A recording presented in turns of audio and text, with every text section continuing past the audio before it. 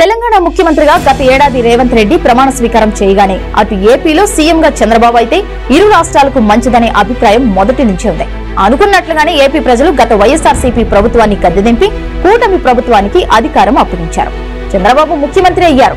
ఇక ఈ ఇరు రాష్ట్రాల ముఖ్యమంత్రుల భేటీ కోసం ఎదురు చూస్తున్న వేళ ఆ సందర్భం రానే వచ్చింది. వీరి భేటీకి చాలా ప్రాధాన్యం ఉంది. ఒకప్పుడు చంద్రబాబు పార్టీలోనే రేవంత్ రెడ్డి చేరి అంచెలంచెలుగా ఎదిగారు.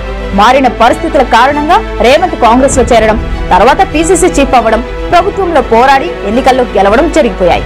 మొత్తానికి రేవంత్ రెడ్డి కూడా సీఎం అయ్యారు. ఇప్పటికీ కొంతమంది రేవంత్ రెడ్డిని చంద్రబాబు శిష్యుడిగానే పరిగణిస్తూ ఉంటారు. అయితే ఇద్దరి మధ్య సత్సంబంధాలు ఉండడంతో వీరిద్దరూ కలిస్తే రెండు రాష్ట్రాల మధ్య నెలకొన్న విభజన సమస్యలు పరిష్కారం అవుతాయని భావిస్తున్నారు. అలా మొత్తానికి తెలుగు రాష్ట్రాల ముఖ్యమంత్రుల భేటీకి రంగం సిద్ధమైంది.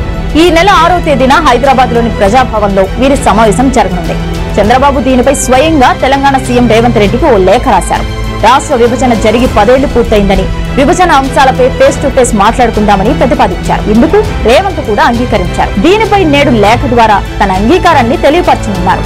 రెండు తెలుగు రాష్ట్రాల మధ్య అపరిష్కృతంగా ఉన్న సమస్యల పరిష్కారం కోసం అధికారికంగా ఈ సమావేశాన్ని నిర్వహిస్తున్నారు.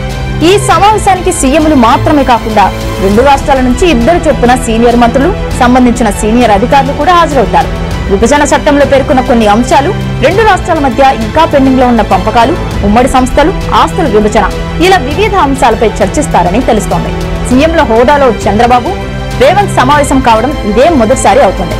వేర్వేరు రాష్ట్రాలు, వేర్వేరు రాజకీయ పార్టీలుగా ఉండడంతో వీరిద్దరూ కలుసుకోలేదు.